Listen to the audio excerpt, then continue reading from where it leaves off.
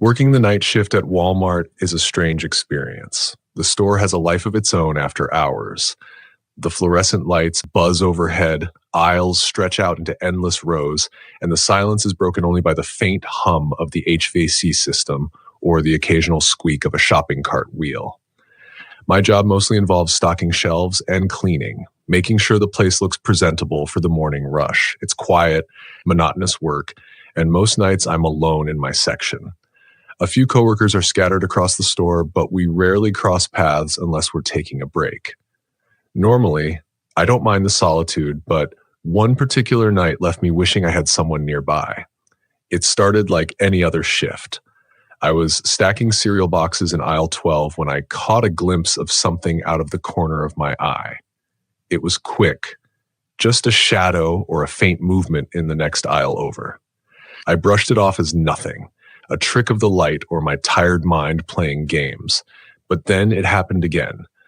This time, I thought I saw the outline of a person walking past the end of the aisle, disappearing around the corner. I called out, "Hello? Someone there?" My voice echoed back at me, unanswered. I walked over to check, expecting to see one of my coworkers messing around, but the aisle was empty. I shrugged it off and went back to work, but I couldn't shake the uneasy feeling. Every so often, I thought I heard faint footsteps, but they stopped as soon as I paused to listen. The store suddenly felt larger, emptier, like the aisles were stretching farther than they should. A part of me wanted to call someone on the radio, but I didn't want to seem paranoid. Instead, I kept telling myself it was nothing, just my imagination running wild. About an hour later, I was in the cleaning supply section, rearranging bottles of bleach and detergent when I saw it again. This time it was clearer, a figure at the far end of the aisle. It didn't move like a coworker. It was slower, almost deliberate, like it wanted me to notice it. My heart started racing as I set down the bottle in my hand and stepped closer. "Hey, who's there?" I called out, but the figure turned the corner before I could get a better look. As the night dragged on, the glimpses became more frequent. Every time I thought I saw someone, they vanished before I could catch up. I started feeling like I was being toyed with, and the unease turned into frustration.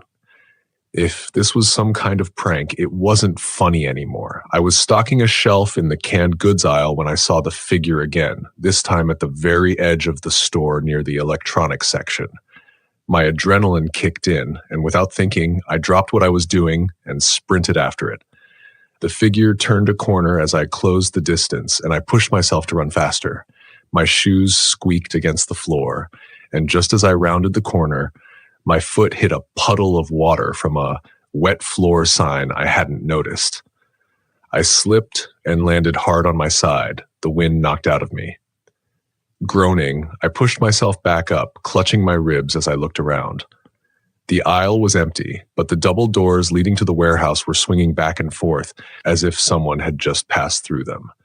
Ignoring the pain in my side, I ran to the doors and burst through them into the warehouse.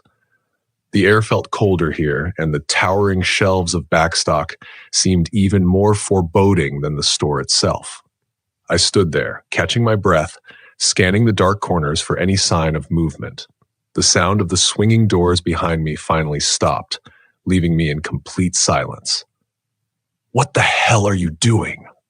A voice snapped, breaking the tension. I spun around to see my boss standing a few feet away, clipboard in hand, looking at me like I'd lost my mind. He'd clearly been in the warehouse the whole time and had no idea what I was chasing.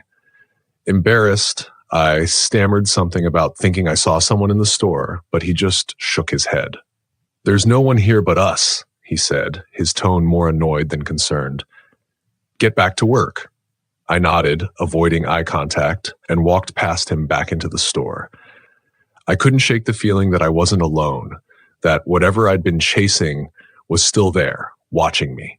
For the rest of the shift, I kept my head down, avoiding the darker corners of the store and glancing over my shoulder every few minutes. When my shift finally ended, I practically ran to my car and didn't look back. I never told anyone else about that night, and I still don't know what I saw. Was it a coworker messing with me, a trick of the light, or something else entirely? All I know is that I've never felt comfortable working alone in that store again.